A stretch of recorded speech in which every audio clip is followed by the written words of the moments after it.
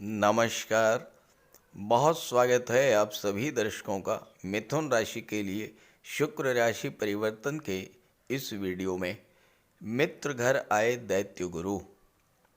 जी हाँ, धन, वैभव, ऐश्वर्य और सुखों के कारक, कला, सौंदर्य और दाम्पत्य सुख के कारक दैत्य गुरु शुक्र 2 दिसंबर को राशि परिवर्तन करके अपने परम मित्र शनिदेव की राशि मकर राशि में गोचर कर चुके हैं और 28 दिसंबर तक मकर राशि में ही रहेंगे। शुक्र का ये 27 दिनों का गोचर मेष से मीन राशि तक सभी जातकों को विशेष लाभ देने वाला होगा। वैसे तो शुक्र हर माह राशि परिवर्तन करते हैं, लेकिन हर बार के राशि परिवर्तन का वीडियो मैं अपलोड नहीं करता हूँ। लेकिन जब भी शुक्र का गोचर कुछ विशेष प्रभाव लेकर आता है तो मैं वो वीडियो आपके समक्ष लेकर आता हूँ। कल्पना कीजिए, जब आप अपने परम मित्र से मिलते हैं, उनके घर जाते हैं, तो आपका मन कितना प्रसन्न होता है, कितनी खुशी मिलती है आपको। ठीक वही खुशी दैत्य गुरु शुक्र को मिलने जा रही है 2 दिसंबर से। जब प्रेम के ग्रह शुक्र प्रसन्न होंगे तो वही खुशी आपको भी प्रदान करेंगे। तो आइए समझते हैं मिथुन राशि के जातकों को दैत्य गुरु शुक्र इन 27 दिनों में क्या क्या लाभ देने जा रहे हैं। ये विश्लेषण आपकी चंद्र राशि के आधार पर किया जा रहा है और वीडियो के अंत में मैं आपको शुक्र के उपाय भी बताऊंगा। तो ये है मिथुन राशि के जातकों की कुंडली। मिथुन राशि के स्वामी है युवराज बुध और बुध के मित्र हैं दैत्य गुरु शुक्र। बुध के मित्र हैं शनि, बुध के मित्र हैं राहु और इन तीनों ही ग्रहों का गोचर आपकी कुंडली के अष्टम, नवम और दशम भाव में हो रहा है। 8वां भाव खराब भाव माना जाता है, लेकिन 8वें भाव में देवगुरु बृहस्पति या दैत्य गुरु शुक्र जैसे शुभ ग्रह जब गोचर करते हैं तो अच्छा ही फल प्रदान करते हैं। हालांकि कुछ नेगेटिव बातें भी हैं, आगे उस पर चर्चा करेंगे। पहले ये समझते हैं कि शुक्र आपको यहाँ पर क्या क्या लाभ देंगे। देखिए, पहली बात तो आप ये समझिए कि शुक्र यहाँ पर बहुत मजबूत स्थिति में हैं। कैसे? शुक्र से दूसरे भाव पर है शनि। दूसरा भाव क्या होता है? आपके सपोर्ट, आपके बल, आपके सस्टेनेंस, आपके धन का होता है। तो शुक्र को शनि का बल प्राप्त हो रहा है। शुक्र राहु में 3-11 का संबंध बन रहा है। राहु से 11वें स्थान पर है शुक्र और 11वां स्थान जो होता है वो लाभ का होता है। तो राहु से भी शुक्र को भी लाभ मिल रहा है। और जो तीसरा महत्वपूर्ण कारण है वो ये है कि देवगुरु और शुक्र के बीच नवम पंचम का योग बन रहा है।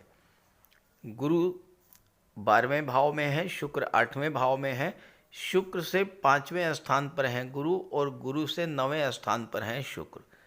तो जब दो ग्रह जो कि धन के कारक हैं, जो कि विवाह के कारक हैं, जो संतान के कारक हैं, जो दाम्पत्य सुखों के कारक हैं और सबसे बड़ी बात जो ज्ञान के कारक हैं, क्योंकि गुरु देवताओं के गुरु हैं, शुक्र दैत्यों के गुरु हैं और दोनों ही परम ज्ञानी हैं। तो जब ये दोनों एक दूसरे से त्रिकोण पर होंगे, जब दोनों एक्टिवेट होंगे तो आपको धन भी प्रदान करेंगे, संतान का भी लाभ मिलेगा, विवाह का भी योग बनेगा और आपके ज्ञान में भी वृद्धि करेंगे। और मिथुन राशि तो बुध की राशि है, बुध बुद्धि के कारक होते हैं। तो शुक्र का ये गोचर आपके लिए बहुत ज़बरदस्त लाभ देने वाला है। अब आइए समझते हैं कि किस तरह का लाभ शुक्र आपको प्रदान करेंगे। देखिए, 8वां भाव जो है आकस्मिक घटनाओं का होता है, आठवां भाव गुप्त धन का होता है और शुक्र धन के कारक हैं। तो पहला कार्य तो यहाँ पर यही करेंगे कि अचानक से धन प्राप्ति का योग बना देंगे। कोई डूबा हुआ पैसा मिल सकता है, किसी को उधार दिया था वो पैसा मिल सकता है, लॉटरी से पैसा मिल सकता है, शेयर से मिल सकता है, इंश्योरेंस के क्षेत्र से मिल सकता है, मार्केटिंग से मिल सकता है। आप शेयर ब्रोकर हैं, कमीशन एजेंट हैं, वहाँ से अच्छा पैसा मिल सकता है। कोई पैतृक संपत्ति मिल सकती है, वसीयत या विरासत से प्रॉपर्टी आपको मिल सकती है। अचानक से कोई शुभ समाचार भी आपको मिल सकता है। आपके विवाह का रिश्ता तय हो सकता है, संतान की प्राप्ति हो सकती है, जीवन साथी के माध्यम से भी धन प्राप्त हो सकता है। आपके जीवन साथी को कोई जॉब मिल सकती है या आपके जीवन साथी कोई व्यापार व्यवसाय भी शुरू कर सकते हैं। शुक्र का संबंध 12वें भाव से बन रहा है। शुक्र 12वें भाव के स्वामी हैं और कला के कारक हैं। अगर आप कला के क्षेत्रों से जुड़े हैं, कोई स्टेज प्रोग्राम देते हैं, तो आपको विदेश जाने का मौका मिल सकता है। कोई ऐसा धन मिल सकता है जो आपने ना कमाया हो, अनएक्सपेक्टेड वेल्थ, जहाँ से आप सोच भी नहीं सकते हैं, कोई गिफ्ट मिल जाए। स्पिरिचुअलिटी और अध्यात्म में आपकी रुचि बढ़ेगी इस समय। शुक्र शनि के मित्र हैं, शनि का बल शुक्र को प्राप्त है और शुक्र भौतिक सुख सुविधाओं के कारक होते हैं। तो इस समय भौतिक सुखों में वृद्धि करेंगे, वाहन प्रॉपर्टी का योग बनेगा। जो लोग रिसर्च, तंत्र मंत्र, ज्योतिष से जुड़े हैं उनके लिए भी समय अच्छा रहेगा। स्वास्थ्य में भी सुधार होगा और चूंकि शुक्र की दृष्टि धन के भाव पर है तो धन का संचय भी होगा। शुक्र 12वें भाव के स्वामी हैं। 12वें भाव के स्वामी होकर 8वें भाव में गोचर कर रहे हैं। 8वां भाव परिवर्तन का होता है, 8वां भाव रिसर्च का होता है। तो आप 12वें भाव की चीज़ों में कुछ परिवर्तन होगा। 12वें भाव की चीज़ों के बारे में आप गहराई से सोचेंगे, 12वें भाव की चीज़ों से आप गहराई से जुड़ेंगे। अब 12वां भाव क्या होता है? विदेश का होता है। तो विदेश से धन तो प्राप्त होगा ही, विदेश जाने का योग भी बनेगा। यहाँ पर गुरु भी हैं और शुक्र का भी प्रभाव है और 12वां भाव खर्चों का होता है। आपके राशि के स्वामी चौथे भाव के स्वामी हैं जो कि भौतिक सुख सुविधाओं का होता है। शुक्र क्या है? धन, वैभव, ऐश्वर्य और भोग के कारक होते हैं। तो आप सुखों को बढ़ाने वाले साधन लेकर के आएंगे। अगर आप महिला हैं तो ज्वेलरी, आभूषण, डिज़ाइनर ड्रेसेस, कॉस्मेटिक्स, परफ्यूम, श्रृंगार प्रसाधन, इन चीज़ों पर आपका धन खर्च होगा। गोल्ड, कोई प्रॉपर्टी या वाहन भी आप क्रय कर सकते हैं और ये खर्च भी होगा और आपका निवेश भी होगा। शुक्र और गुरु यहाँ विदेशी व्यापार में वृद्धि करेंगे, विदेशी व्यापार से लाभ दिलाएंगे, क्योंकि गुरु जो हैं वो 7वें भाव के स्वामी हैं। 7वें भाव का स्वामी जब 12वें भाव में गोचर करता है तो विदेशों से व्यापार में वृद्धि होती है। तो हवाई यात्राओं का, विदेश यात्राओं का योग बनेगा। एक्सपोर्ट इंपोर्ट के क्षेत्र में नई नई डील्स होंगी और अगर आप कला के क्षेत्रों से जुड़े हैं तो आपको विदेश जाकर अपनी कला के प्रदर्शन का अवसर भी प्राप्त होगा। जो लोग शुक्र से संबंधित व्यापार करते हैं, आभूषण है, ज्वेलरी है, महिलाओं के श्रृंगार प्रसाधन है, सुख सुविधा को बढ़ाने वाले साधन हैं, एसी है, एलईडी है, फ्रिज है, वॉशिंग मशीन है, या गारमेंट्स हैं, ड्रेस डिज़ाइनिंग, फैशन डिज़ाइनिंग का काम है, डेकोरेशन का काम है, ब्यूटी पार्लर का कार्य है, उनके लिए व्यापार में वृद्धि और धन प्राप्ति का जबरदस्त योग बन रहा है। जो लोग कंफर्ट और लग्जरी से रिलेटेड एरियाज़ में काम करते हैं, जैसे shopping mall, fun park, hotel, restaurant, multiplex या अन्य क्षेत्र जो ऐश्वर्य और विलासिता से रिलेट करते हैं, उनके लिए भी धन कमाने के नए नए अवसर मिलेंगे। शुक्र यहाँ पर धन के भाव पर दृष्टि डाल रहे हैं और 5वें भाव के स्वामी हैं। शुक्र प्रेम के ग्रह हैं। 5वें भाव की चीज़ों से आपका प्रेम बढ़ेगा, दूसरे भाव की चीज़ों से आपका प्रेम बढ़ेगा। अब दूसरा भाव क्या होता है? दूसरा भाव आपके संचित धन का होता है। शुक्र विदेशों से भर भर के पैसा देंगे और धन संचय कराएंगे। आपका बैंक बैलेंस इस समय बढ़ेगा। दूसरा भाव होता है परिवार का, तो आपको आपके परिवार का सहयोग मिलेगा और आपके परिवार के सहयोग से आप धन कमाएंगे। जो लोग फैमिली बिजनेस में हैं उनके लिए समय बहुत अच्छा रहेगा। दूसरा भाव वाणी का होता है। शुक्र प्रेम के ग्रह हैं। शुक्र के प्रभाव से आपकी वाणी अत्यंत मृदु होगी, व्यवहार अत्यंत मिलनसार होगा और इसका प्रभाव आपके कार्य क्षेत्र पर पड़ेगा। दशम भाव के स्वामी 12वें भाव में बैठे हैं और दशम भाव में राहु बैठे हैं। राहु क्या करते हैं? भ्रम पैदा करते हैं। राहु गलत फहमी पैदा करते हैं। हो सकता है कि जहाँ पर आप कार्य कर रहे हों, लोगों ने आपके विरुद्ध शिकायतें की हों, आपके विरुद्ध आपके बॉस के मन में गलत फहमी पैदा की हो, तो आप इस समय अपनी मधुर वाणी, अपने ज्ञान के बल पर इस तरह की समस्याओं से बाहर आ जाएंगे। बॉस का, सीनियर्स का अब आपको फुल सपोर्ट मिलेगा और इसका आपको लाभ मिलेगा। आप अपने व्यापार का विस्तार विदेशों तक करेंगे। साथ ही साथ गवर्नमेंट से जो लोग जुड़े हुए हैं उनके लिए भी धन प्राप्ति का बहुत अच्छा अवसर इस समय बन रहा है।